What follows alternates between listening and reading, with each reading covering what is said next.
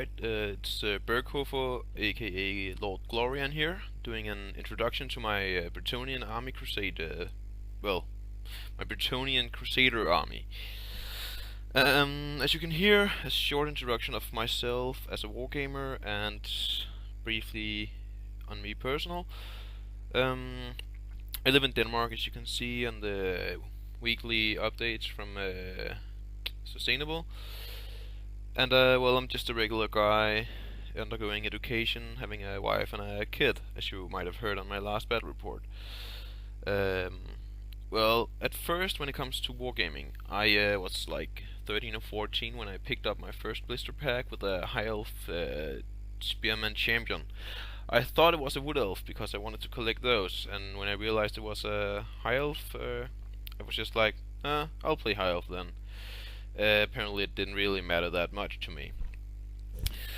So, for a few years I played and collected high elf very slowly. I was a kid and my parents didn't exactly have a lot of money, so I slowly accumulated an army, and I played for fun with a friend every now and then, not that often. And then I got sick of toughness 3, and well, honestly, I probably got sick of my own poor tactics as a small kid, but well, I didn't realize that. So I started playing Warriors of Chaos after a few years when I was, well, at the end of my teenage years, start 20s. And well, I played 40k in between, and had periods where I didn't play at all. Played Magic the Gathering or American football, a bit different I know, but I always go back and forth in my hobbies, and even sports apparently. And after playing Warriors of Chaos more seriously for a year or two, I think I have, and I've gotten a pretty good army there. You can see my channel for some battle reports here with them. But then okay, it should be mentioned, a few years ago, while I was playing Warriors of Chaos, I bought the Bretonnian army book because, well, I always liked this whole chivalric thing with the living up to virtues and ideals. It's always, it's talked to me in a way. It spoke to me.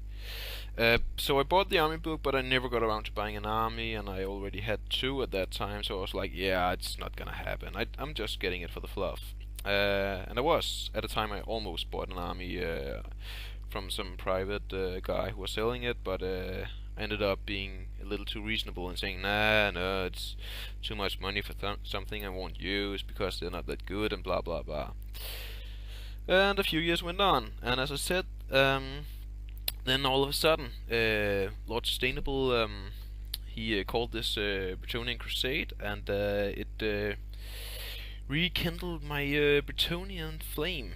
And I remembered my army book, and I remembered the whole interest in Bretonnia I actually had, and well, my original interest combined with this crusade, it made me go up and look up a local, so to speak, web-wise, internet forum for Warhammer, a Danish one, obviously, and I found an army, and I traded with the guy. I paid him some money for a Bretonnian army, and I just love it. I mean, it's not that well painted. It's pre-painted, and that's a good thing for me. And it looks good on the tabletop if you're standing and just looking down at it, not too closely. It looks fine, and that's all I need for now. I can slowly upgrade them later on, but I just love to look at this army. I mean, it's just so awesome to have it on display. Looking at these noble knights, lances, like holy knights. I mean, oh, it can't get better for me. It's really like it's the army I should have had all along, in my opinion. That's how I feel now, at least. And I'm still glad to have my Chaos army. It's really cool with something from the opposite when I get too tired of being all do-gooding. But I know I'm not playing High Elf anymore. Ever since I got more Warriors of Chaos, I never played them again. So it's not my thing. I don't feel it. anymore. Haven't done for many years. Well, so now I'm playing Bretonnia to participate in the Crusade and just to field this beautiful, awesome army. My opponents are mostly just some friends I've had through the years who also were interested in the hobby, so it's not too serious, even though we do our best with what we have and what we know. And I also have a guy I play with who is a bit more, well, he's probably better than me, plays a lot more and have time to play a lot more. And he knows a lot of tricks that I'm learning. I'm not I'm pretty good for my number of games, but I have a lot to learn still, obviously. And also, I don't like to just make the classic best build because honestly, I'm not.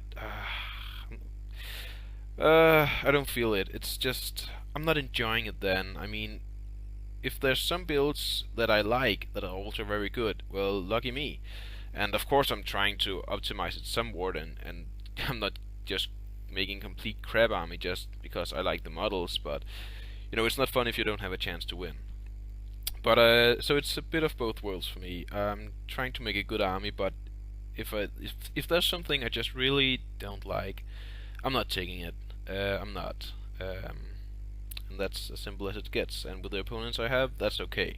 I don't play tournaments because there aren't that many big fantasy tournaments in Denmark. It's mostly 40k, and the ones there are a bit too far away for my budget and time. So I'm stuck, so to speak, with the normal games, and I'm fine with that.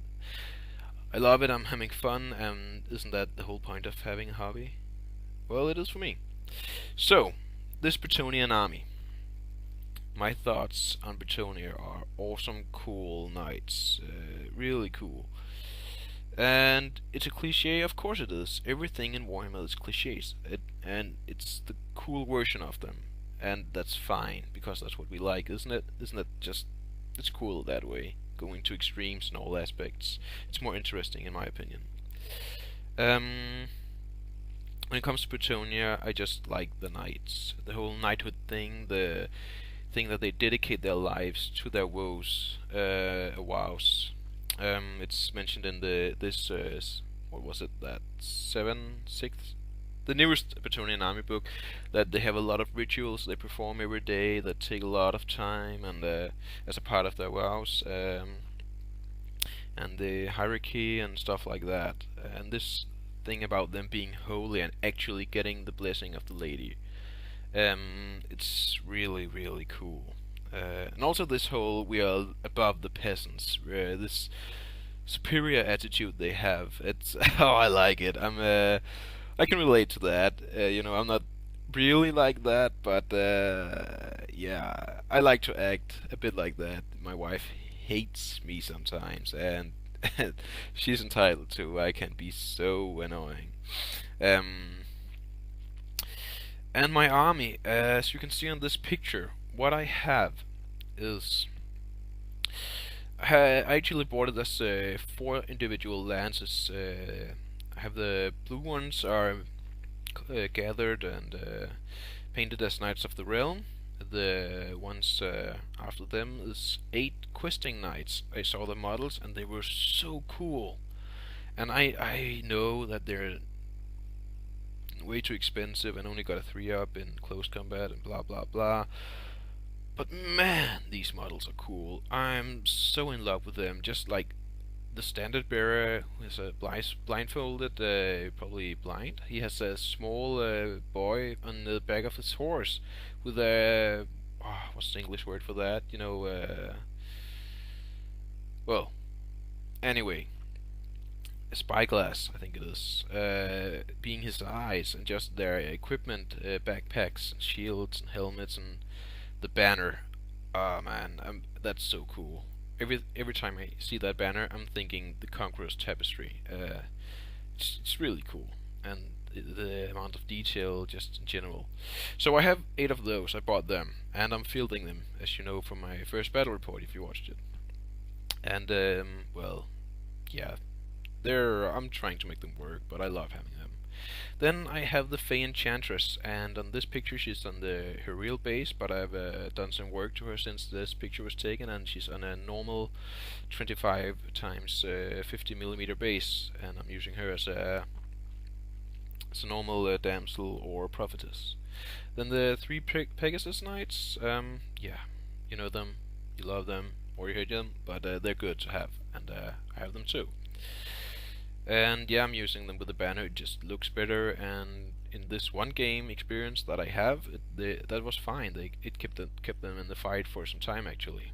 But well, we'll see if I replace it with or lose them the banner.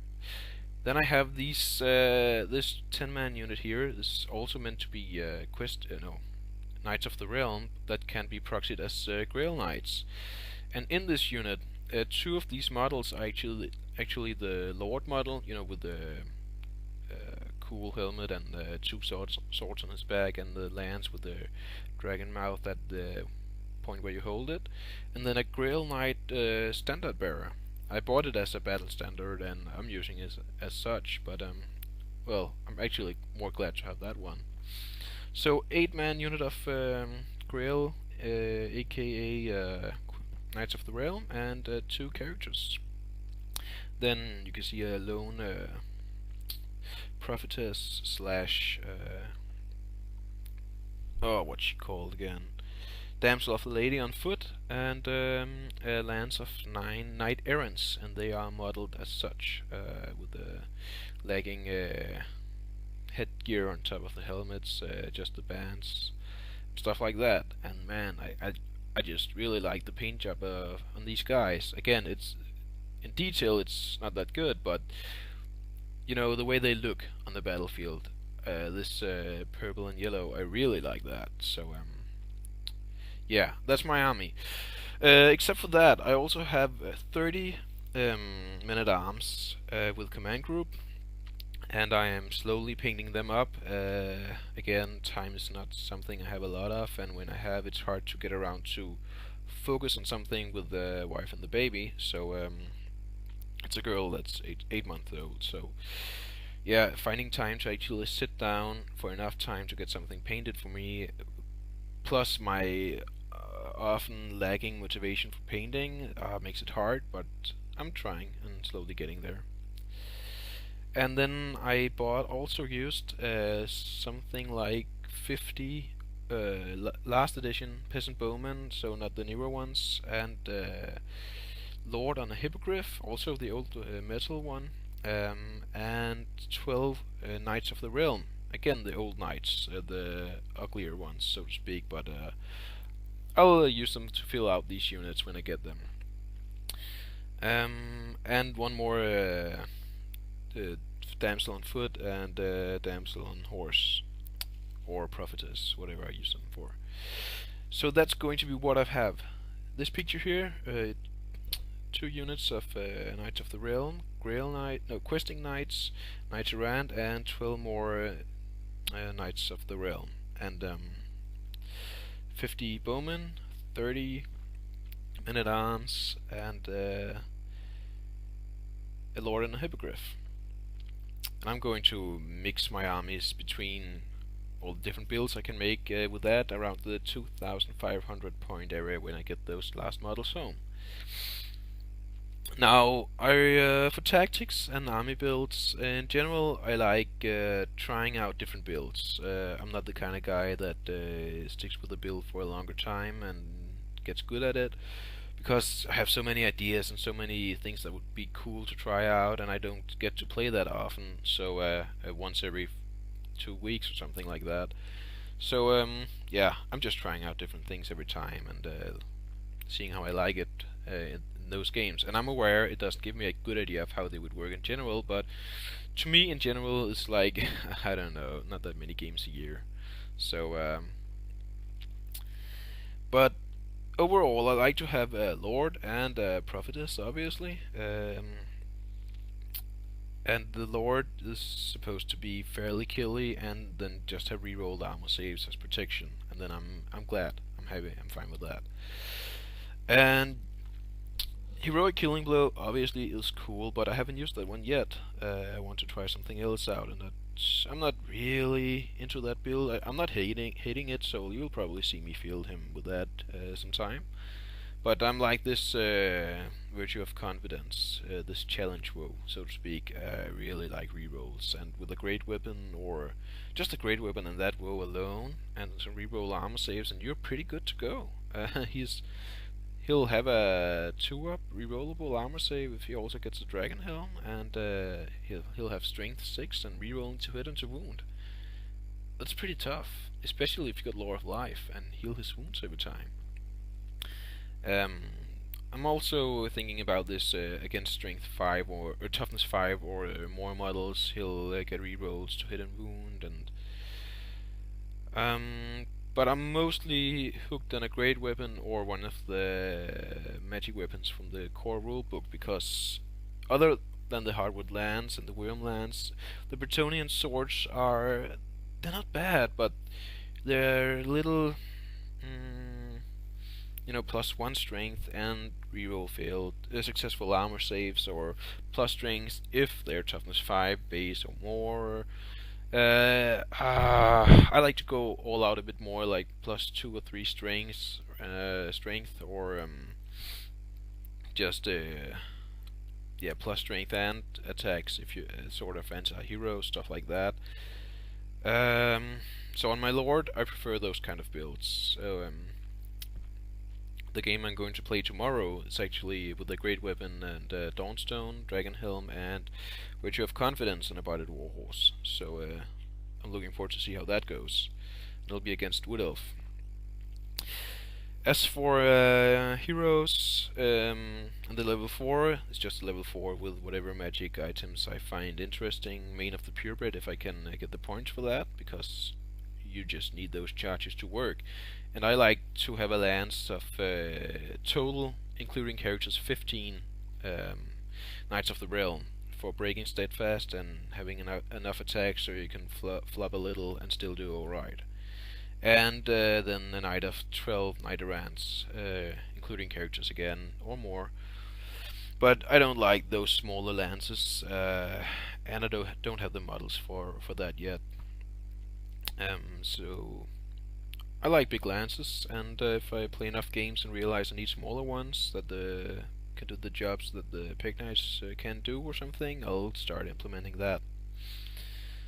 And I like to have 2 combat characters in my main lance, Lord and BSB most of the time, and then another combat paladin in my errant lance to take care of softer stuff like a unit of archers and or something that isn't too dangerous, but you still need to break it and you still need to do some wounds.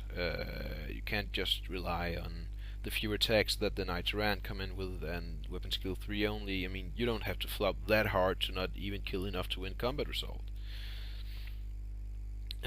So that's my general way to build the army. I also have a trebuchet. I forgot to mention that. I got it painted as well. It wasn't painted at this time.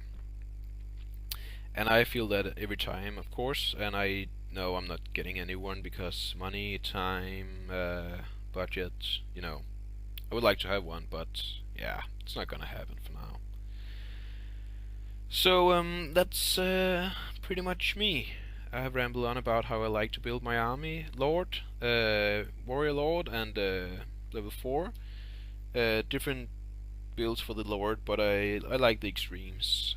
Plus a lot of strength, or plus a lot of attacks, and just some removal armor saves. Level 4, well, I think that both